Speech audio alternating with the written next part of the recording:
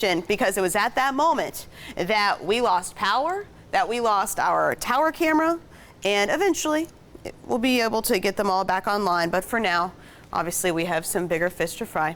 So that's kind of an interesting glimpse into what occurred when our tower camera actually went out, when you can actually see that transformer blow right there. Well, obviously, things much different. In the wake of Ian, high pressure continues to build in, and that means cooler, drier air. That's one reason we've been enjoying so much sunshine. That's one reason why the last couple of mornings have actually felt a bit more like fall. Those drier dew points, that drier air helping to make it feel a bit more comfortable. Right now outside, temperatures sitting in the low to mid 70s, not too bad. 70 degrees right now for Arcadia, 73 in Palmdale, 72 coming in from Moorhaven, LaBelle, as well as Immokalee. As for those dew points, the measure of moisture in the air, this is what is helping to make it feel a bit more comfortable. Right now, Ochapi reporting a dew point in the upper 50s. And those kind of dew points are what we enjoyed a couple of mornings ago when we woke up and almost felt a bit on the crisp side. It was because of that kind of dry air. Now our dew points are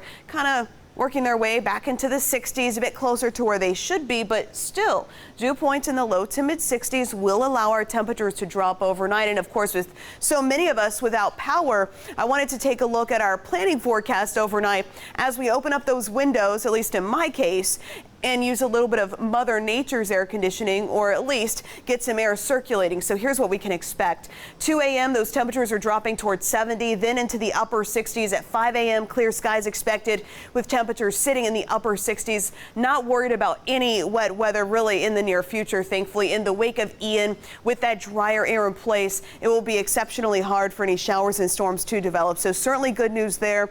Is it the official end of rainy season? Not necessarily. However, we are certainly at least in a drier pattern because of that drier air behind that powerful Ian. Remnants of Ian still affecting parts of the mid-Atlantic, but it does continue to move offshore. By tomorrow morning, it will be off in the Atlantic and hooked up with this cold front and finally away from the United States.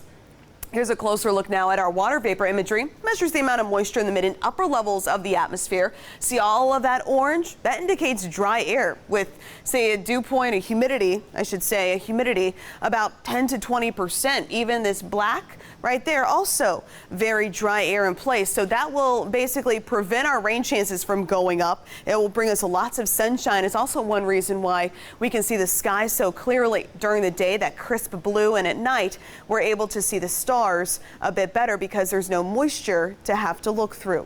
All right, so here we go. Overnight tonight, clear skies are expected. Again, tomorrow, tons of sunshine as we head through your Monday and continuing into the afternoon. This model is trying to put in the potential for a couple of sprinkles, but again, we'll be hard pressed to see anything actually reach the ground because of how dry the air is. If we were to see anything, it might be a hundredth or two at best. So really no concerns there. Heading into tomorrow night, we'll continue to see the clear conditions, things staying tranquil with that northerly flow, that drier air coming in from the north. Heading through the day on Tuesday, also calling for a mostly sunny sky with those temperatures in the afternoon heading into the mid and upper 80s. Now, unfortunately, we are still tracking the tropics. It is still October. This is still an active time in the tropics, and we do have a wave of energy that we are keeping a close eye on here in the central Atlantic. It is forecast to progress across the southern Windward Islands into the southern Caribbean and head toward the ABCs. As of right now, this wave of energy holds a 40% probability of further formation. It is certainly something that we are closely monitoring at this time. And then over here in the eastern Atlantic, we have this wave, which will likely become a depression, but it doesn't look like this will be any threat to land whatsoever. So certainly good news there. As we head into the overnight time frame, your forecast looks like this. Moorhaven will drop down towards 63 degrees. LaBelle 62. Arcadia will drop down towards 61 degrees. Of course, closer to the coast, it's going to be a little bit warmer. For example, Naples will start off tomorrow morning around 67 alongside Everglades City. Meanwhile, Fort Myers also looking for an overnight low around 67. Clear skies expected, rain chance at 0. Heading into tomorrow afternoon, again, tons of sun heading into the middle 80s. Your 7-day forecast looks pretty similar to the next few days. Actually just updated this and dropped back those rain chances for the weekend.